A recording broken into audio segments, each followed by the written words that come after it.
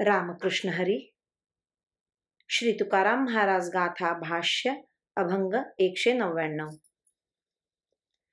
अन्नाच्या परिमळे जरी जाय भूक, तरी काहे पाक घरोघरी.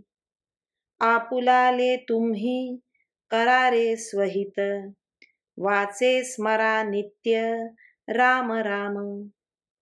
देखोनी जीवन जरी जाय ताहान, तरी का साठवण घरोघरी. देखोनिया छाया सुख न पाविजे, जवन बैसिजे तया तळी. हित तरी होय गाता ऐकता, जरी राहे चित्ता दृढ भाव.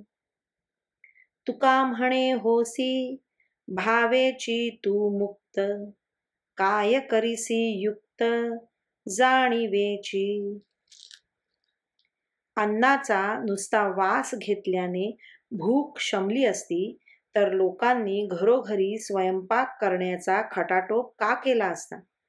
त्याप्रमाणे नुसत्या शब्द ज्ञानाने मुक्ती प्राप्त झाली असती, तर भक्ती करण्याची आवश्यकताच पडली नसती. याकरिता वाणीने अखंड राम राम असा जप करा आणि आपापले हित साधा. नुसते पाणी बघितल्याबरोबर तहान गेली असती, तर ते घरोघरी साठवून ठेवण्याची गरजच उरली नसती. जोपर्यंत वृक्षाच्या खाली बसणे होणार नाही, तोपर्यंत नुसती छाया बघून विश्रांतीचे सुख मिळणार नाही.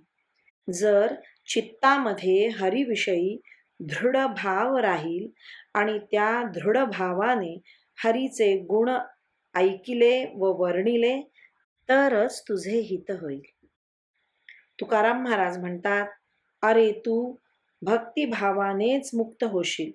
नुसत्या शब्द ज्ञानातील युक्ती म्हणजे कौशल्य घेऊन काय करतोस. रामकृष्ण हरी. श्रीकृष्णार्पणमस्तु.